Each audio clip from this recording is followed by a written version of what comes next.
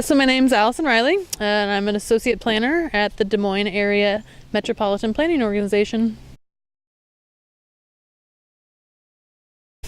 So I'll say that at the MPO, since we're a regional entity, there is no typical day. Okay. On a day like today I had the executive committee meeting. So we had all the big policymakers, lawmakers, and things like that dictate where our work can go, and they approve any projects that we have on the docket.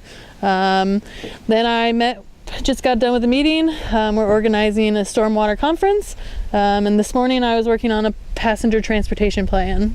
So every day can be a little bit different. On my desk I do the environmental planning, so water trails, watersheds, stormwater, but I also do transportation alternatives, so that can be safe routes to school, walking, complete streets, transit, things like that. So between all of those, each day is kind of a mix of everything and anything in between. I worked a lot on sustainable development abroad, specifically in Uganda. So I'm a forester by training, prairie ecologist, ecology, things like that. A lot of field work. And so my work took me to Uganda to the first time work as an agroforester, implementing agroforestry, planting trees to protect school gardens from just stray cattle, as odd as that sounds, or people that are hungry and just wanted free food and stuff like that. The school gardens were the main source of nutrition for most of the students there, and so protecting that allowed them to learn better and things like that. So that was part of my sustainable development beginning. And then I ended up taking a job again in Uganda, working at the Budongo Conservation Field Station, working with surrounding communities around this rainforest that was home to 3 different groups, families of chimpanzees. So working with those communities to kind of curb the deforestation around those. And a lot of my projects kept getting plowed over about 5 years after they were implemented. And so I decided I wanted to be at the table deciding where things are going to go and how things can increase in longevity, especially ecologically.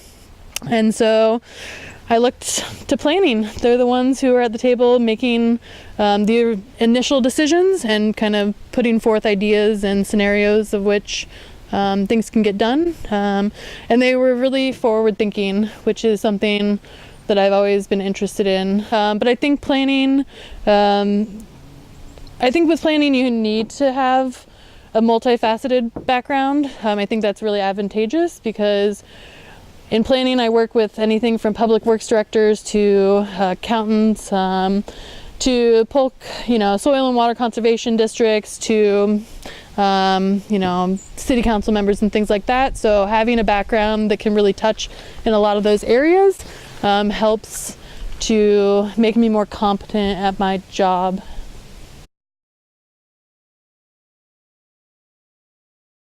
We do a lot of the brainstorming and stuff. So I'll take it to water trails.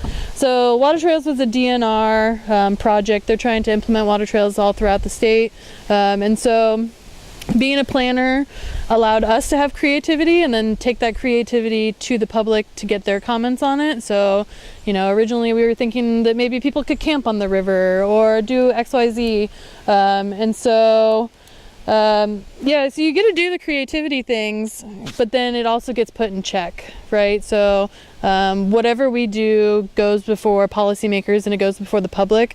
And so I always try to start big and then it's kind of whittled down from there. Because with environmental planning, I would say that you have to rationalize it. So there has to be, people aren't just gonna save this tree right here because it's a tree. Like this tree has to have some sort of worth to something, to someone or to something. And so rationalizing that, but the policymakers are the heavy hand for sure. I think the one thing I didn't really think about when I got into planning is the pushback. So just even today, we had our executive committee meeting And we as planners, we have our role, we have the things that we do, and anything we do goes before a board, and they decide whether or not it can be done or it can be put in place. And so, you know, it's the politics. So we are planners, and we have very technical skills and we have very abstract skills and things like that. But actually running that stuff up the flagpole and playing the politics at the same time comes into play more often than not. As a planner, you're going to get shot down constantly. People, whether it's funding, whether it's logistics, whether it's feasibility, anything like that, not everything is going to work out. And so having that thick skin to take that pushback and be able to push back on that, it's just something I never really thought of before I got into planning, but it's something that literally is part of, I would say, maybe not daily, but it's at least a weekly issue where I have to really stand up and fight for what I have researched and what I've put together and things like that. So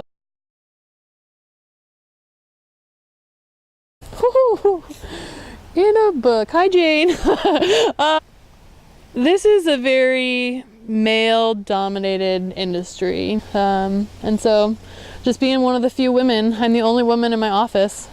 I've never worked in a place like that before, and luckily I work with really great people that, you know, if someone were to say something to me or, you know, anything like that, they have my back. But there still are those kind of old-fashioned tendencies that you got to deal with. Happy Christmas. It's Christmas. Merry Christmas. Merry Chrysler.